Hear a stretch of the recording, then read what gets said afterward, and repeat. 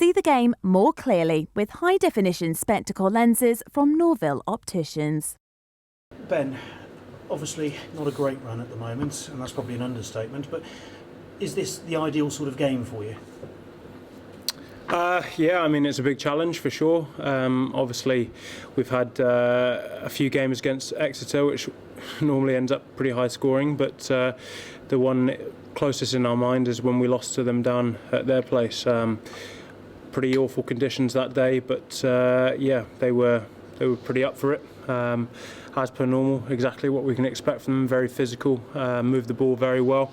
So yeah, we know what to expect with them coming this weekend, and it's the sort of challenge that you need to really climb back into this Premiership rugby. And how do you make sure that you get the sort of performance that you got up at Leicester, which, you know, for 80-90% of that game was very good? I think that comes down to us as a group here. Obviously, it's been a tough time with a few losses on the bounce, but it's really about us trying to pull together now. Our season is very much, there's still very much things to play for, and so it's up to us to really pull together and put a performance in that we know we're capable of. How do you get allied to that performance, the result as well? Because it's not like Gloucester have been tonked every week. You've been in winning positions and just haven't been able to hold on to them. Look, I think the performance comes first before the result.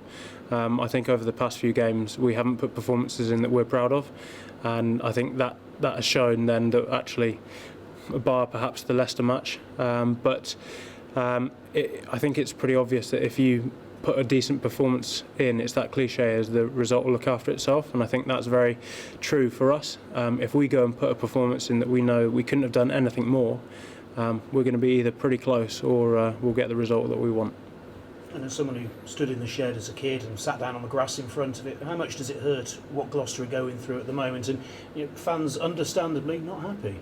Yeah, it's really tough. It is really tough because we want to go out there and put performances in that we're proud of as individuals, as a collective, and that we can make our fans proud of. But it's this moment in time that you really find out the fans that are there to stick behind you and the fans that are quick to turn. And I think that's important that you remember that we as a team, and I'd say as a team, as fans as well, we win together and we lose together. And although it's a tough time at the moment, and they may be disappointed that we're not doing so well, it hurts us so much more.